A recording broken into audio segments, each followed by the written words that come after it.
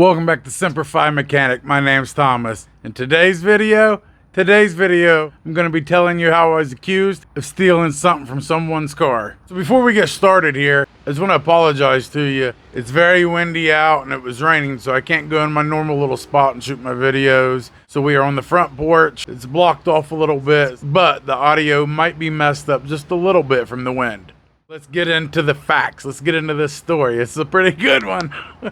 And a lot of these things happen to you like on a daily basis or weekly basis. It's just little things. But when you have this YouTube channel, you tell every story that happens.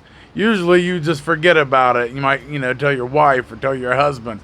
But now that I have my little community, I have you guys, I run home so I can tell you guys what happened to me in my day. So here we go with another story time and another recent story time. This just happened today, not yesterday. I am making this video right now. It is noon. This happened at 10 o'clock this morning. So let me set the scene for you. I go out there and I do the diagnosis. I see that his Cadillac converter has been cut off. I call him, he comes down, and I show him what's going on. He goes, I knew it's happening. It's been happening all around here. It's like the fifth car that this has happened to. So he explained to me, well, listen, you can almost hear one now driving by if they rev it up. That one doesn't have a Cadillac converter. I mean, this is an epidemic. I mean, it is out of control. And he said it's like 5 or 6 times that he's heard about it happening around his community. They got a letter in the mail about it, and he said there was more cops patrolling the area watching out for this stuff. And now you might be asking yourself, I've heard about people stealing Cadillac converters. I've heard it on the news. I've heard people talk about it, but I'm not really sure what it is or why people are stealing them. Well, let's start with what it is. It's part of your exhaust system. It's a piece of metal. Some of them are smaller. There's different sizes, but they all basically do the same thing. And inside there, they have precious metals. They have platinum. They have rhodium. They have a couple other precious metals as well. And the sole job of this thing is to take the toxic fumes and the toxic gases from your engine, and it goes through there and it cleans that toxic fumes and gases and makes them non-toxic to put back in the atmosphere. And because it has the precious metals in them, thieves are cutting off that portion and they're taking it to junkyards and they're selling them. Now, junkyards will buy these things for somewhere between $150 up to $300. And the junkyards know exactly what's going on. If I come in and I'm holding 4 Cadillac converters and you can see that I cut them all off, I don't have 4 different vehicles that I own in my garage that I cut off and bring them here. If I pushed them in here in a Kroger cart, let's just assume they're stolen. And you might be asking, why are the junkyards taking that risk and taking these bad Cadillac converters? Well, it's because of them precious metals. 1 Cadillac converter can have between 3 and 8 grams of the precious metals.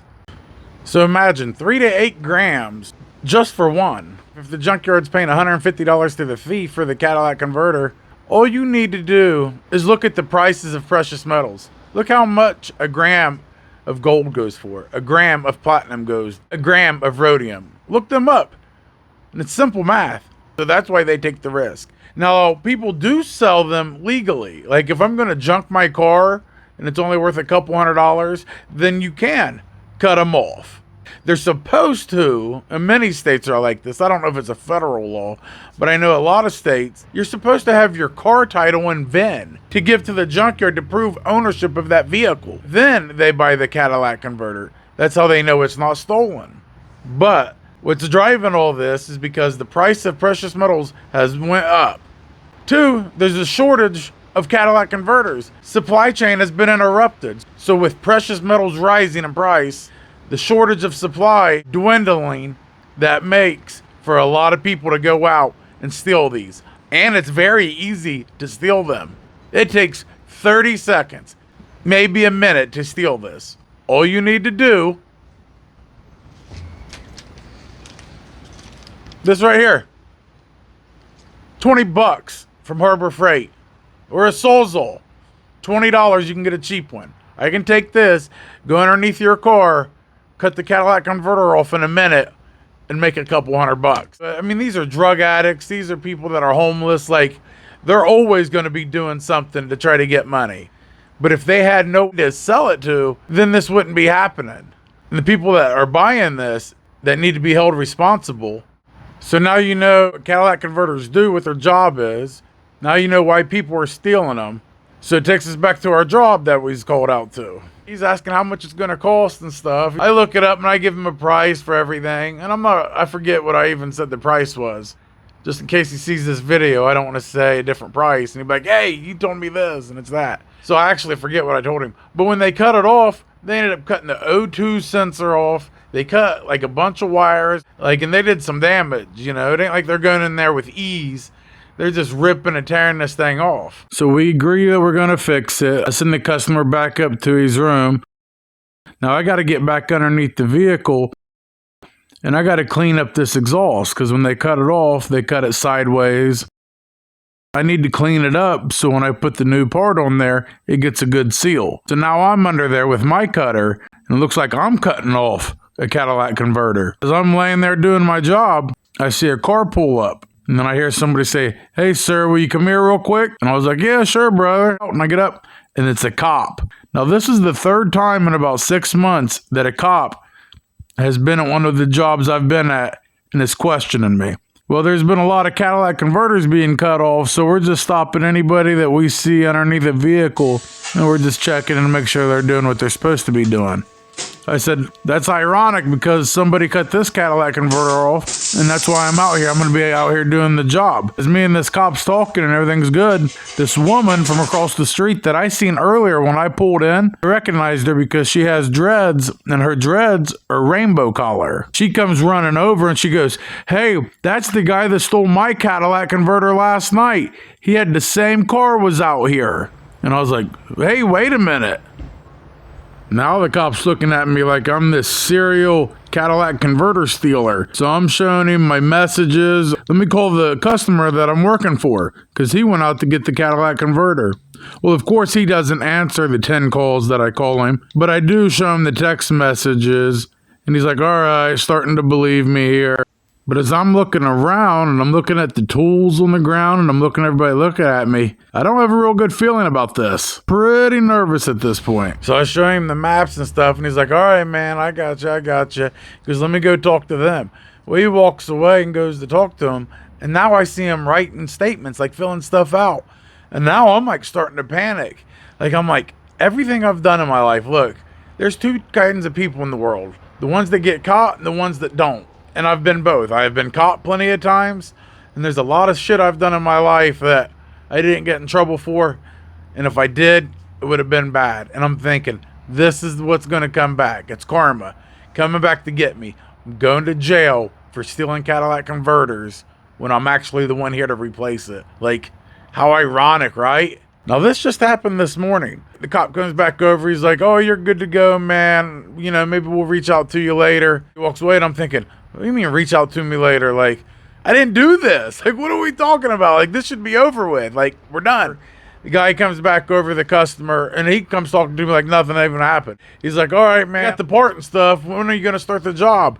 And I'm thinking, bro, where was you at? Why didn't you step in and be like, nah, man, that's my mechanic. I called him out here. That's why he's out here. Like, you didn't do anything, man. You was looking at me cross-eyed like, hey, maybe I did do it. I was like, you think I really traveled out here to your apartments and stole 5 Cadillac converters?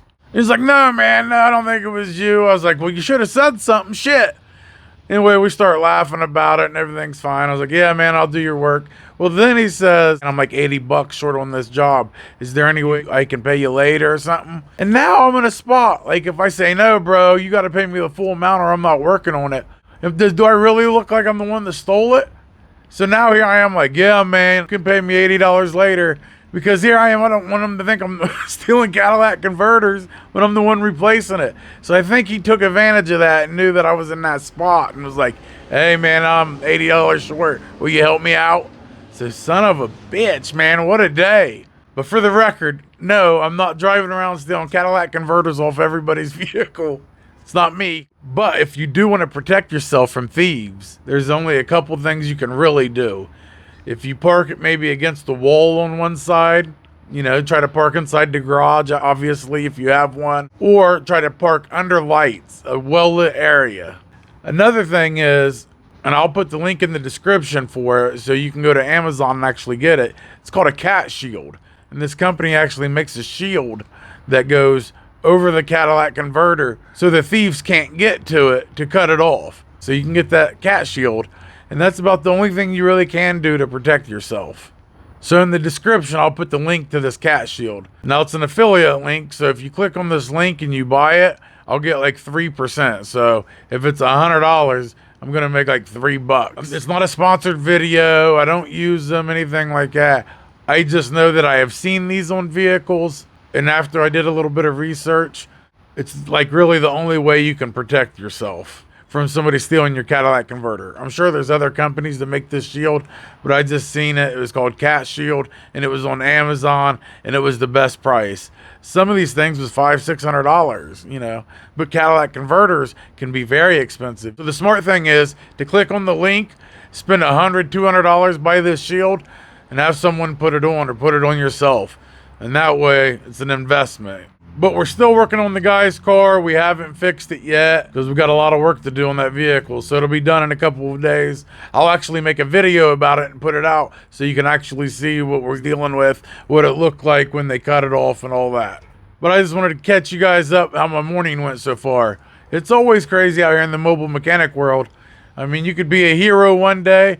Everybody's like, oh, thank you, you saved me, you got me back on the road.